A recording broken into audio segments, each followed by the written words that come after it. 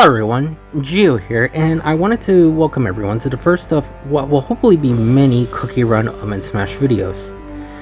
I wanted to do a brief first impressions video on the game before I actually do cover the game, because there's so much about this game that is very unique from the other Cookie Run games that I feel like it would be a disservice just to not talk about them.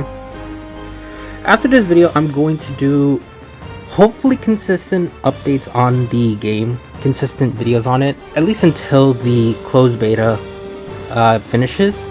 So hopefully you're looking out for that. And yeah, another thing I wanted to talk about is the fact that I am a part of the creator program, at least for now.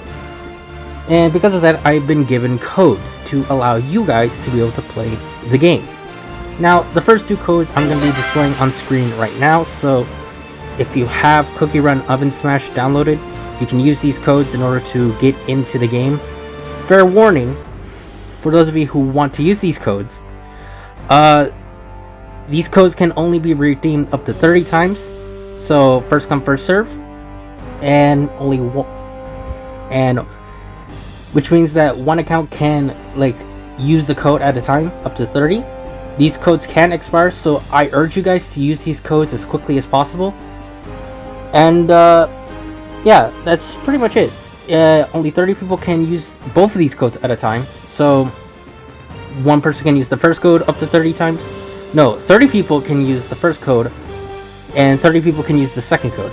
Do not worry, because I will be given more codes in order for you guys to use them. In fact, if I do the consistent videos that I am planning on doing, there should be a video up tomorrow which should have the third code, so 30 more people can get into the public beta or the closed beta, so look out for that. With all that out of the way, let's actually talk about the game.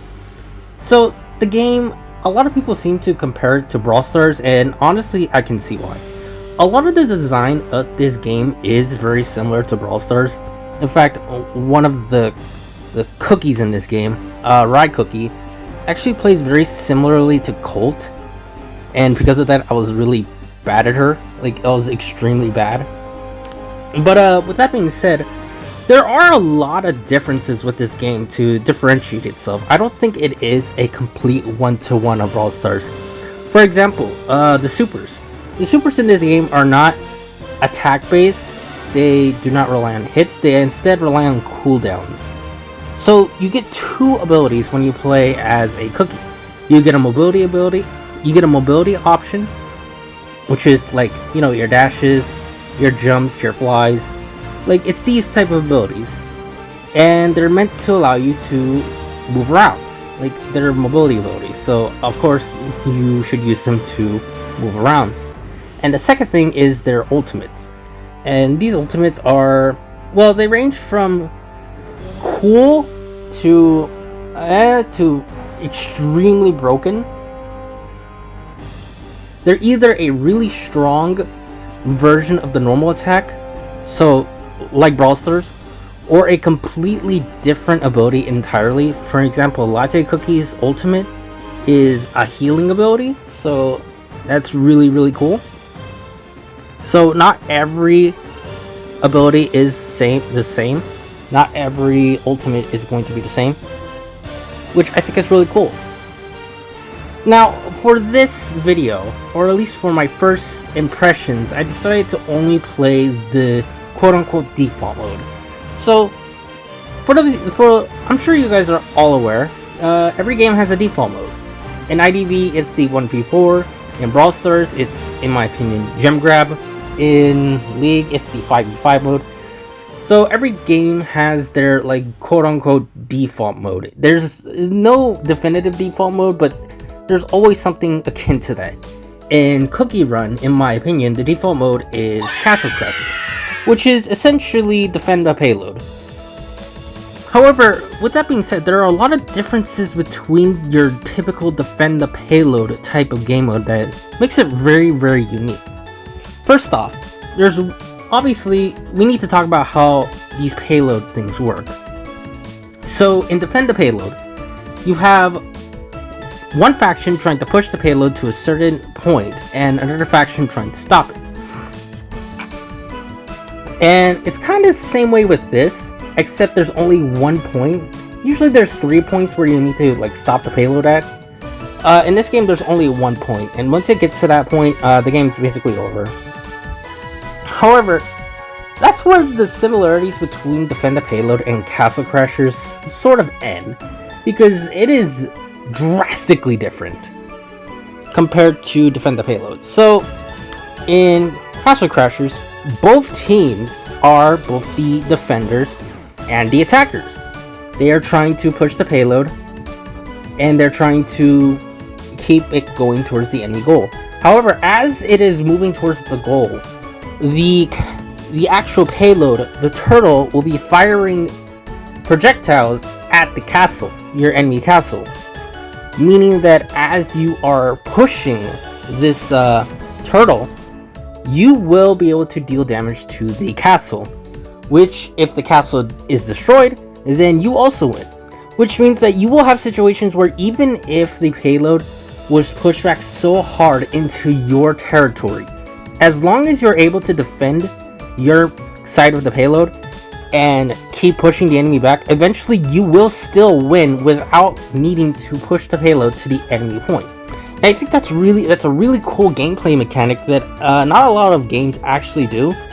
And I do like that kind of comeback mechanic, because it means that no matter what, the enemy team, like even if the enemy team seems to be getting quote-unquote destroyed, there is a chance for the team to make a comeback, even if they are unable to make it to the other side, which I think is really cool. Like, I really like that type of gameplay. Another thing that is very different is the grates.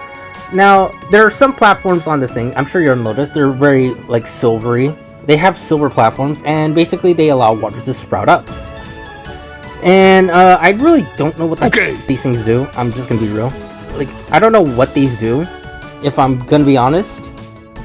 I think they're meant to knock you back if you are standing on one for too long. I don't know. What I can talk about, however, is the cards.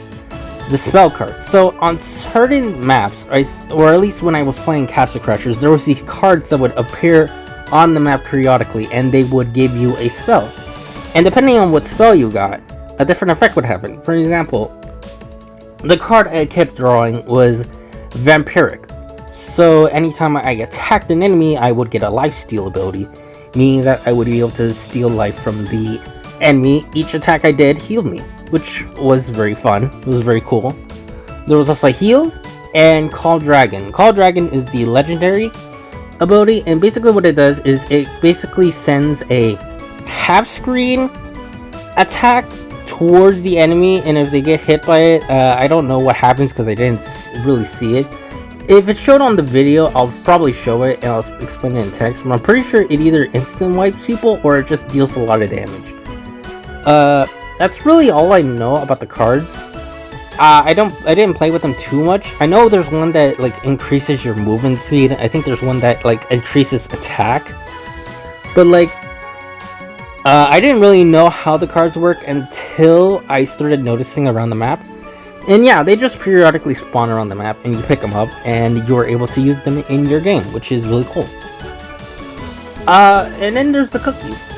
So, let's start off with the tutorial. I think the tutorial is really simple, but it gets the point, like, right away. I always loved how the cookie, like, look at me spinning right here. I always loved how the cookie is controlled in Tower of Adventure, so I really like these controls. They were really, you know, fluid, solid, all that type of jazz. Yeah, the controls in Cookie Run Tower of Adventure were really, really solid. I really like the controls. That's the thing about these Dev Sister games. Like, I always love the feel of them, so I'm really happy these controls feel very, very responsive. I will say it does kind of feel bad when you actually play the game, but I think it's just because of latency, in my opinion. There's not really much I can say on the controls. They're really cool. I think the tutorial explains enough for you to understand how the game works. You know, it explains to you how the movement abilities work, it explains how shooting works, it explains how ammo works, and it explains how the ultimates work, so I think it does do a solid job. For my first impressions, I decided to play 4 cookies. I think it was blue slushy cookie, rye cookie, chili pepper cookie, and latte cookie. The slushy cookie is the cookie that you start out with. They are the tutorial cookie that you start off with, so I think they're fine. I don't know what to compare them to. Their ultimate's really... I was not expecting... I thought it was going to be something like Shelly's. But no, they spawned like 5 clones of themselves to just fire at the enemy, which is really, really funny. But yeah, other than that, I don't really have much to say on Blue Slushy Cookie. Other than they were a cool character to play as. They're really unique. They aren't a character that I played before, so I think that's really cool. Rye Cookie is just Colt. I'm just gonna be real. Rye Cookie is just Colt. And I suck at Colt, so I obviously sucked at Rye Cookie. I just could not do anything. Oh, there's another thing about the turtle that I need to mention. The turtle can actually block shots. The turtle counts as a obstacle, so it can block shots. So don't expect yourself to try and shoot an enemy that's behind the turtle, because it's just gonna block your shots. So I'm just gonna let you know about that right now. Rye Cookie's ultimate is similar to Colt's, except it doesn't break walls, it only breaks grass, which is very interesting. And it also lasts for longer. This becomes an issue because there are some enemies such as Latte Cookie who can just lob shots over walls, and because she can just hide behind walls very effectively, she won't be able to be attacked as often by Rye Cookie, which means she will have ample opportunities to basically kill Rye Cookie. So that's something to keep in mind. I should probably talk about the abilities, the movements. So, Blue Slushy Cookie has this weird jump ability where she jumps in the air, or they jump in the air and then they just drop down. And then we have Rye Cookie, who has a dash. The same with Chili Pepper Cookie, who also has a dash. With Chili Pepper Cookie, they have a cone-like projectile which they shoot forward, and a area of attack, like splash damage type of attack. But they also have this like projectile-like attack where they shoot their knives forward. It's very confusing. I only played these cookies like once for my first impressions, so I'm probably gonna learn about them more as I keep playing. But it was really confusing. But yeah, no, that doesn't mean that Chili Pepper is bad. She's actually really good. A lot of burst damage. The ultimate's a really good get off me tool. You get 3 ultimates for Chili Pepper, so that's really cool. I think Chili Pepper is probably going to be one of the cookies that I play more often than not in the game, mainly because their attack is very familiar to me, and they just have a lot of like stuff. I will say the dash is not that good. I don't think I like the dash, but other than that, I don't really have any more complaints on Chili Pepper Cookie. And finally, we have Latte Cookie, who's just like, first impressions, she's kind of strong. Like, you have a lobbing ability that goes over walls and then explodes into 2 different projectiles. So it's very easy for you to take cover. You also have this, your movement ability allows you to immediately go into the air and stay airborne for some time, which means you're immune to attacks during that time, which is really absurd, and her ultimate is a heal. So yeah, Latte Cookie seems very strong. I don't know if she's actually going to be strong in the Cookie Run meta, but who knows? Who really knows? I'm gonna keep playing these characters because like I just don't know what they do right now, and hopefully as I keep playing I will get better. I will say, when you go into the closed beta, there is a login event where you can get free cookies and free resources. In fact, I think there's a weekly event going on that's extending all the way to the beta where like you can get stuff. There's a lot of features that are locked off right now. For example, the gacha is locked off. Of course, there's going to be a gacha, let's be honest. The the shop is also closed off. there's a lot of things that are closed off right now. And it's for good reason. It's because this is closed beta. So they're just trying to test out the games, which is very fun, which is very cool. So yeah, no complaints there.